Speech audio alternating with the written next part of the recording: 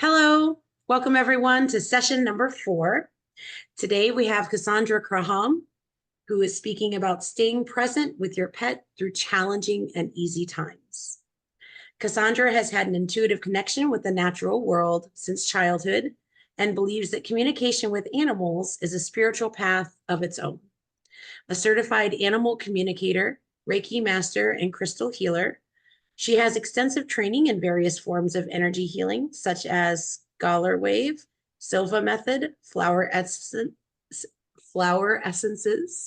aromatherapy, sacred animals, spiritual alchemy, and animal acupressure, and as a medium.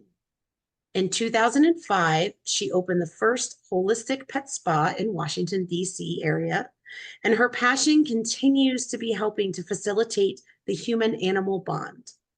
Cassandra shares her heart with a family of sight hounds whom she considers as some of her greatest teachers. Though the original pack that inspired her have since joined the spirit world, they continue to offer their wisdom and to share their amazing vibration of love. In her spare time, Cassandra enjoys being in nature, writing, training her dogs, dancing, and being with the people and animals she loves. Welcome, Cassandra. Thank you, Sarah. Yeah, so I'm particularly interested in this. I think this idea of staying present with your pet through kind of all of the different ups and downs of life is a pretty powerful concept. I know that you've been doing a lot of training with your animals. I think it's Naraya, is that correct? Noraya, yes, I've been training her in agility and conformation.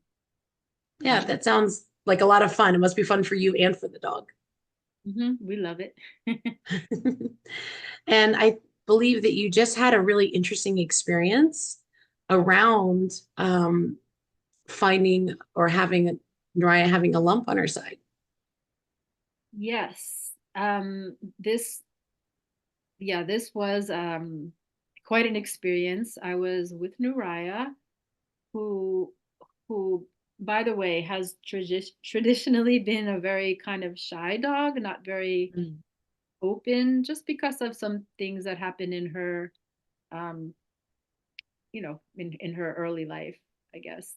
Um with not being exposed to a lot of stuff. So I've been doing a lot of training with her, and she's been kind of opening up and coming out of her little shell. And Nice. I totally love her for exactly who she is. Like, she's the best.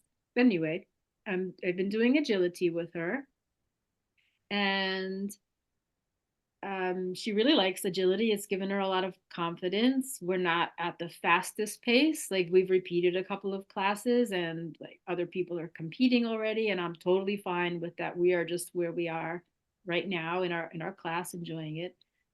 Anyway, a few weeks ago, I discovered like a lump on Nuraya's side that was kind of concerning. I mean, she's a young dog, so it shouldn't be anything serious, but still, it was, makes you think. And I Yeah. had a couple of people at the training center take a look at it, including the teacher. And there's like an assistant who is a veterinarian and another person another assistant. And they were all like, oh, you should get that aspirated. You need to, take a look at that. That can be something, it made me feel like it could be something very bad. So I made an appointment with my vet, who is holistic. And I had her and another holistic vet look at it, and they both said, well, no, it seems like it could be an injury. She's out in the yard, she's rough and tumble, she's hunting squirrels, she's running into maybe the other dog. So it didn't seem like a big deal. And I said, okay, I'll watch it. Well, anyway, I brought her back to class, and the three people that had seen her 2 weeks prior took a look at it, and they're like, and I was so happy to go into class because I had been kind of like housebound for a couple of weeks with another dog who had an injury that, that's another thing. um, so they took a look at it, and like their faces kind of like of the veterinarian one kind of clouded over, and it's like, that saying, like how people, like, your fears can be manifested like in a single person. Yes. Oh, that looks bigger, it's been already almost a month, you're losing time on that. You need to get that looked at right away, like kind of like almost like it's too late, almost like they made me feel like I had like death sentenced my dog, like right there in that Oh, first my bubble, right? And I was like, all right. And the three of them are like, oh yeah, it looks bigger. And I'm like, and meanwhile, my dog is there, happy as can be. She's waiting to start. Like she wanted to go through her tunnels. She wanted to go over her jumps. She had no clue that she has any lump on her side. She just wants to do her thing, right? She's like, we're at class. It's been 2 weeks. Let's get a move on it. So I kind of centered myself and I did the course with her and she ran really well. But I was kind of like, thinking of that, for me, it's easy to give like that, whatever advice to other people, my clients, like be present with your dog, do communication with them, do energy healing. But, sometimes when it comes to your own stuff, of course. you kind of like get a little bit like this instead of straight. So, afterwards, we ran the course and I said to the teacher, usually we get to run the dog twice. I said, I'm going to go home because I need to get her a vet appointment like right now. Like it became like a right now thing, right? Yes. So I went into the back room to put my dog in the crate because we kind of like keep them in a crate in between their runs so they're not all together. And one of the ladies came in, like so kind, and she said, "Don't go." She said, "Don't go. You can't see it because you were running with your dog, so you can't really have your eye on her because like I'm running ahead of her." But she's so happy in the class. She's like, her tail is up, it's wagging. She loves going over the jumps. She's just having a blast. She's like, whatever you're gonna do it after class. Like just be here with her now. And I was like, yes. So I was like, Cassandra, I was like, yes, I mean, I'm here at the class with the dog now. Like, no matter what it is, no matter if it's nothing, no matter if it's like something that's gonna take her out, like God forbid, but down the Yeah. line, let's be here right now. Let's be present with her right now. So that's like kind of an example of things that I try to communicate to my clients. But also that I need to remember myself. We all do, just to be present in the now with the animals. I mean, that's where they live. They don't live at all in the future. They don't have like that busily working brain like we have. So I took her for another run, and she did fabulously. She was so excited. She was like so happy, and she did all her tunnels and her jumps and things and her obstacles. And yeah, and I made an appointment that I will follow through. I'll have it looked at in a couple of days, but for the weekends, like until then, and I'm just gonna enjoy her. She's out there in the yard now, probably hunting something, having a I blast, and like love probably, that. but like in case it is, we'll deal with it, then. But it was just, I was just so grateful that that person brought me back presence to being with my animal in that moment, in the moment. Um, That seems like a huge gift, actually. it was like a really, really huge gift. So. And I will say you're reminding me of one of my favorite quotes, which is worrying is a misuse of imagination. And I feel like that's sort of part of what your advice is to yourself and others, right? Is this idea that if you're worrying, it's always going to be about something in the future or in the past. But worry can't really exist in the present moment. And imagination is creating stuff that's real. So worrying about like worrying about stuff, like why create stuff that doesn't have to be, right? Right. um Right. that's great. And so I know that you have all of these skills with herbs and other kind of healing techniques with animals. And you mentioned that you have an animal right now injured. Um, Sort of what is that like to be in that space? So that the dog who's injured, she's actually recovering very well. She's Glad to hear it. yeah, she's a very, very, very, they're all special to me, but she's like super special dog to me. um She was actually a gift that was sent to me when another of my dogs passed away. And she came all the way from Israel. Like the universe hooked me up with this dog from this person I didn't even know, who just sent her to me. Wow. I'm always grateful for that. Um, anyway, I have a situation in the house where I've got another dog. See, and this is like a behavioral thing that I personally have been learning to accept and to live with. I've got another dog who's very, her parents are from a village in Iran. They're hunting dogs. They're village dogs. They're not like super hybridized, house dogs, like we have here. Right. They haven't, their genes have not been diluted to that point. She's really like sharp. She should be in her mind hunting and controlling a pack of dogs. So I have her in the situation of living in my home. And sometimes she needs, like, she gets competitive. She needs a little personal space. And the other dogs get a little into her space and she can kind of lash out sometimes. And it's not really her fault. It's kind of who she is. She's got like, she needs, and I've talked to her, she's got like this super big, like, amount of space she needs around her sometimes. Mm, yeah. And it's something I have to monitor. So anyway, the other dog kind of got in, kind of like too much into her space, and as a couple of other of my dogs have, and ended up getting like a bite that turned into, the bite turned kind of into an accident. So it became something bigger than it was. But Right. anyway, now I had a dog that was recovering, and now I have a dog who I like kind of put in exile in the house. And I'm like, now what do I do? And I admit, I'm like anyone else, at first you have thoughts of like, do I rethink this dog, in my house? And I'm like, no, Cassandra, you don't. I find a way to maneuver around it and accept her for who she is, and find a way to make it work. Um, and actually, if I can like kind of like mix my animal stuff in with you guys other stuff that you may have talked about or not, like Oh, that, please. like the book that you co-authored or participated, Oh, yeah. Activating the divine human, embrace. embracing both your shadow and your light. And that was a book that was published by I Am Publishing, which is a Tusa Rai-san.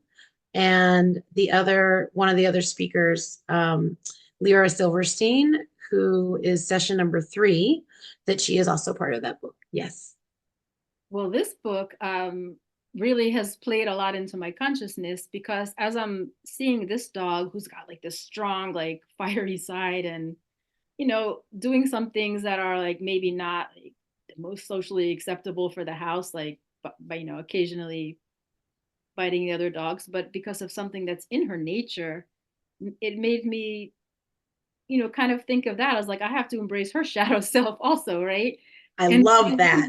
then you take it like another step, and I'm like, well, that's also a reflection of me. And like, if I don't accept that in her, I'm not accepting myself. And it just becomes such a bigger thing, like, because we're all connected, and so are all the animals. And I truly believe that they come into our life for not just for the purpose of showing stuff for ourselves. Like, they're not just sent for us, they're sent for their own journey, but like, it's connected, it's both. So that's just something that I do animal communication with her. I've done some scalar energy healing on her, some Reiki for the house around that. But without trying to change, I guess what I'm trying to say is, without trying to change the nature of who she is. She is Mm. a top dominant bitch dog. Bitch, said in the dog terminology, like, and that's who she is. And she does not have opportunity to hunt and have the big reign of territory that she'd probably like. So we meet each other in the middle with you know me accepting who she is and her living in my home as she is, and trying to find things to do to keep her happy, so with keeping Oh, everyone else safe. So it's like balancing. Does that make sense?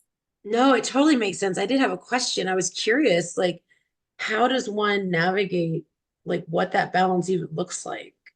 Is it something that you have to kind of do on a day-to-day, moment-to-moment basis, or do you have like anything's in place over the whole period of time that have worked? Or It's kind of both. I mean, on a physical level, it's having to have some, some gates and separation in the house and some plan, but also on a day-to-day basis, like, and for myself, but for anyone else who lives with an animal like that, I am not the only one in a multi animal household. Sometimes you can get it with cats too, right? They don't get along. Absolutely, Um, 100%. I mean, any animals that you're living with, you have to really kind of be able to sense the energy that's going on in the house, and not with that at the same time not being too on edge with it, because then they will sense, you can actually create a fight by getting too tense. So just by kind of taking yourself down to zero, and then being really super conscious of the energy that's going on, and kind of riding with it, Mm, dancing with it. dancing with it. The incidents that have happened with this dog have been, when I haven't been in the room. It's Mm, not been when I'm in the room, so I haven't been like focused on that. So there does have to be, like, for people who might have this challenge of having an animal who's not exactly getting along with everyone. I mean, you want everyone to be safe. You want to respect that animal that's, creating, not creating, I guess, creating some tension, or they're not sure. creating the tension, but the one that people are pointing the finger at, but you want to respect them, but you also want to keep safe everyone else. And also, I want to have peace in my house. I don't want to have to be like, oh my God, every minute, like having to monitor. So for my Yeah. own sanity, I have to put these gates up sometimes, just to know, like, okay, I can breathe now. I don't have to be like staring at all the dogs and watching if someone's hackles are going up, or you know Yeah. so yeah, it's a dance. It's definitely a dance, but it's not that undifferent from being in the world, really. I mean, it's like my house is like a miniature of the world. It's not always perfect, and they do the best they can. And I love that. And I think that analogy, this idea that our home is a little microcosm of the world, I actually think is really beautiful. And especially when you are living with other animal beings, right, that aren't necessarily human, or even if you have a whole bunch of children that are running around the house too, right? That's like its own little set of difficulties. And um, I love this. I love this idea of putting yourself at zero. I thought that was really well said. Because as a cat owner, I definitely have had moments where I realized my own anxiousness around what was about to happen in the room probably actually it caused it to sort of happen, that our energy can feed or not what's happening around us. And it's kind of just generally good practice, maybe for the world, but in your own home. So, definitely. And one of the ways that I've had the most success with doing that, and I'm not going to lie and say I do it all the time. I go through periods where, like, now I've been very, like, kind of overextended with work and different things, but the times where I've had the most peace in my own household are the times where I've woken up, and I've done like a group meditation with all of the animals, and I just include them all.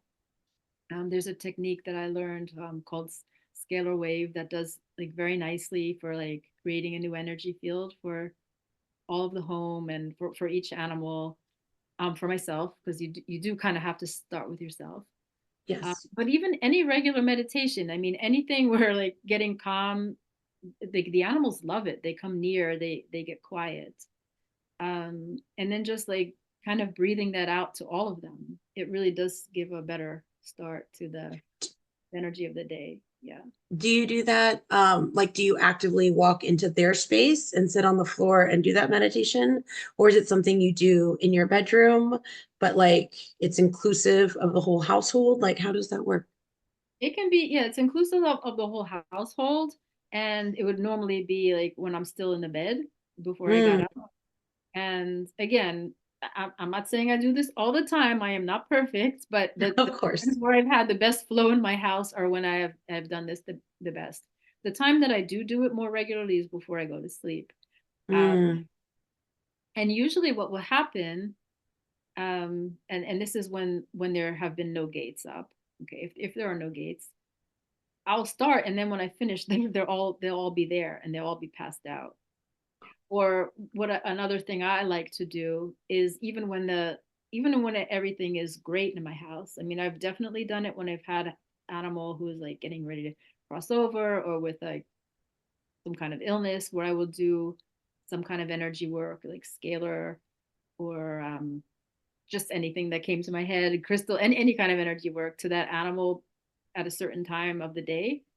And then all of the other animals will end up coming near. And it's, that's like meditation also.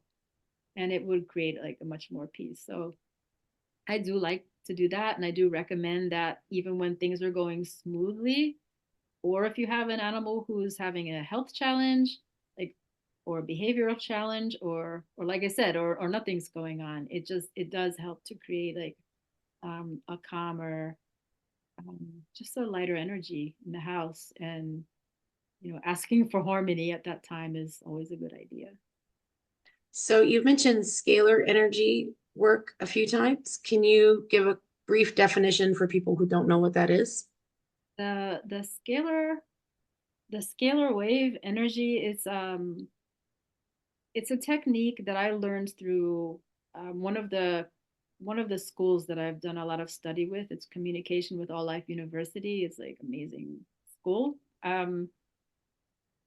And it's based on the work of Valerie Hunt, which who talks about the scalar wave, which basically is bringing in like the most perfect form of energy that could ever possibly exist, like the God energy, or the energy of love, or like when I do it, it's like the energy of God, love, or all of the like angels, entities, protection, whatever, for me, like of myself and the being that I'm working on, like together, and love. Like you just picture, like, what I'm saying. That Um, sounds like a Reiki, kind similar to Reiki Universal Love, or this no? that love part, yes, but it's brought in after doing like a thorough, like going through the whole body, and like running energy through all the chakras, and then spinning them and cleaning them, and then going in and imagining that, whatever you want to call it, scalar, like amazing, like great, like God force energy, love, like perfect wave of energy that in which no chaos can exist. Mm, And it's brought in like from either side, from above and below, and then from like, I guess, head to tail, like kind of like this, hmm a set number of times, with the breathing and picturing it coming in, so that it all meets in the middle to like a point zero, like, and you're just imagining like, wow, it's perfection there. And because all of this energy work has been done ahead of that, like the energy field has been cleaned, it's been cleared, and now it's just open and waiting for something perfect to go in. So like naughty things happening in the body's energy field just can't happen at that moment, because like you can't have, I don't know if we can say negative and positive, because I don't know if those exist, right? From how we but you can, like They like kind of cancel each other out.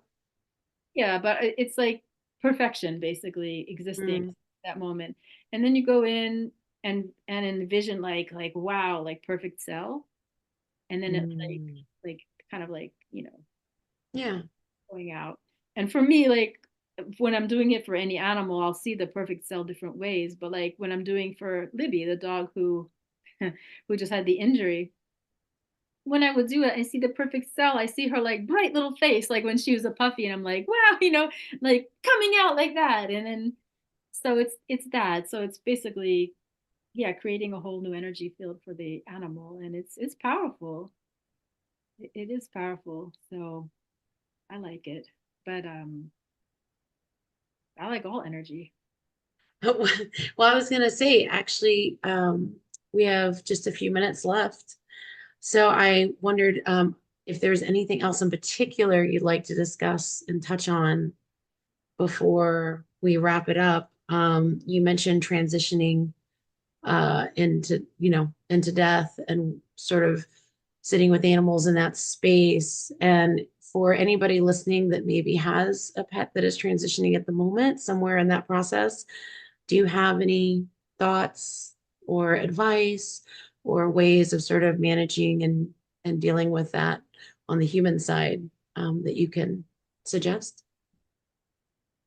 Yeah, that's always a difficult one for anyone going through it. For myself, it's always been difficult as well. And unfortunately, if we have animals and we love animals, you know, probably we are going to, you know, probably we're going to go through it.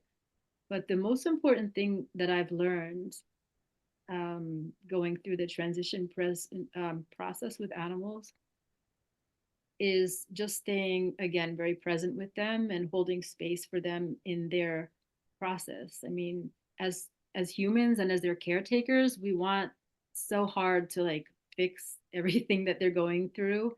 And I remember the last um, dog of mine that passed. I was working like with a hospice nurse, and I was really trying. Well, of course, I was trying to keep her comfortable, but I was doing a lot of energy work on her. Um, but there was a point where I was like trying to like almost like make her not pass, and I'm like, no, this is her process. Her process is starting, so I had to respect it. Um, and being present with them, and yeah, just being with them as they're going through that. I remember I was doing scalar on the one dog. Her name was Samara, and when she was getting ready to cross, and I remember one of my teachers saying to me, because I was like, I'm trying to create the new cells for her, like these healthy cells, but when and I couldn't bring them. I couldn't see like healthy cells. And she's like, well, why don't you just create them for like cells for like the next life, or like Mm. helping her in the transition. And I was like, wow, like I did it, and I was like, they became magical. It became like basically helping her transition was, and without trying to stay so attached to her and just let go and let her have her process, was helping her to be able to move on in the next life without her feeling like she has to stay, if you know what I mean, and letting her be like fantastic in the afterlife. That's how I saw it. I mean, of course, that's all not my control, her being fantastic in the afterlife, but it was giving an energy, like it's like you can give them a blessing that A way. blessing. I like that. And then I had another animal who, days before he was going to pass, a couple of days before, his name was Raja. He would stare at me, and people who live with animals, when they're trying to communicate with you, sometimes they will stare at you. And I knew, and the hardest thing to do for even animal communicators sometimes is to talk to your own animals, right? Because we're so Mm. close to them, we're biased. Yeah. I knew the dog was, he was trying to tell me something. And I remember telling him, like, Raja, I was like, no, I was like, you're not leaving. I was telling him he's not leaving. He was telling me, I'm getting ready to leave.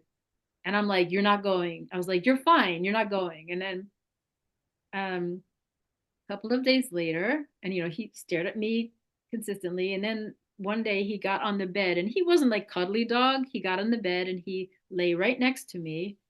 And I was like, crap. I was like, he's trying to tell me he's gonna go. And I was like, Rasha, you're not going. And he's like, okay. So the next day, this dog completed his bucket list. He had never in his whole life, like all my dogs can catch a treat in their mouth, like you throw it. Raja not. That next day, he caught like 20 treats in his mouth. Wow.